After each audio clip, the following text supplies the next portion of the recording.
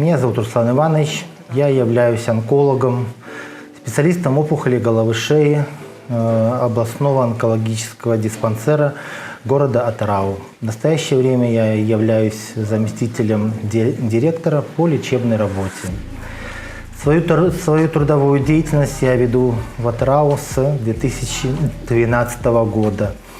До этого я работал, родился в Республике Беларусь. Я закончил институт в Республике Беларусь, получил там основную специальность. Ну и потом уже после 14 лет работы я приехал и уже работаю в Атырау. Работаю непосредственно в диспансере.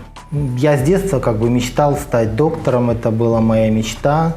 И даже в годы учебы, и в школе, и уже потом в институте у меня уже сложилось желание и цель стать именно доктором, именно хирургической специальности. Работать онкологом я начал благодаря своим учителям, которые появились в моей жизни, благодаря которым я освоил эту специальность, я выбрал ее и начал работать именно по этому профилю. И по сей день я не жалею о том, что я выбрал именно эту специальность. Онкология в последнее время становится все более и более актуальной. Все знают, что заболеваемость онкологии растет численность заболевших, идет омоложение населения, которое заболевает онкологией. Основные факторы, которые влияют на это внешняя среда и образ жизни человека.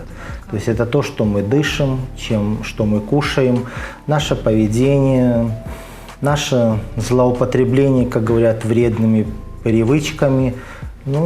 И далеко уже не на последнем месте это наследственные факторы, которые тоже в последнее время становятся все более и более актуальны. В настоящее время в Республике Казахстан широко используются скрининги в онкологии. Я считаю, что это очень нужная, очень важная сфера, что люди могут бесплатно пройти эти обследования для выявления онкологии на ранних стадиях, и не нужно этим пренебрегать.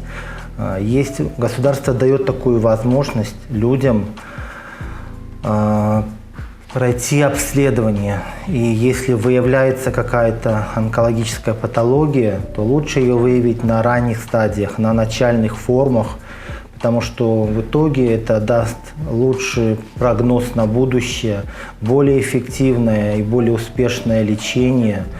И человек при малых затратах сможет ускоренно реабилитироваться. Наград таких я активно участвую в международных конгрессах. Завел себе хобби медицинское, это дерматоскопия. Активно изучаю ее, активно пользуюсь ей. Активно использую в своей работе. Это многие пациенты знают. Они приходят ко мне как к онкодерматологу для обследования, для консультаций.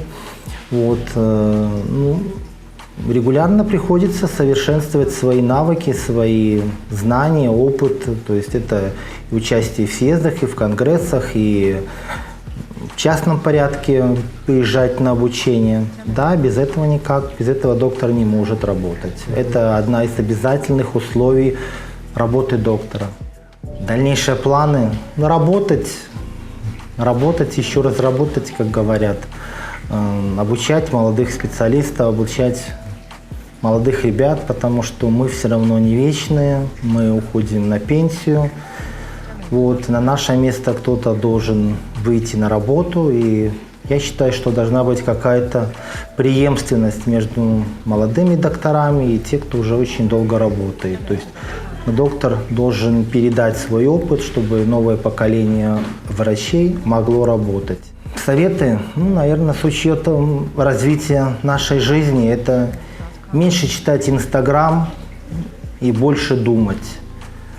Сейчас очень много шарлатанов, людей, которые обещают за большие деньги быстрые успехи. Я, наверное, из опыта могу сказать, что в онкологии нет быстрых успехов. Онкология – это достаточно серьезное заболевание, и здесь нужно, как нигде, наверное, консенсус между пациентом, доктором и его родным. То есть пациент должен изначально настраиваться на серьезное, длительное лечение, ответственно относиться к своему здоровью. Он должен ощутить поддержку со стороны своих родных и близких. И, наверное, самое главное, без которого не может быть хорошего успеха, должно быть доверие между пациентом и доктором. Если доктор и пациент не найдут взаимопонимания, не будут доверять один одному, пациент не будет выполнять рекомендации доктора, то лечение не будет идти на должном уровне и не будет того ожидаемого эффекта, на который все рассчитывают. Jamendo.com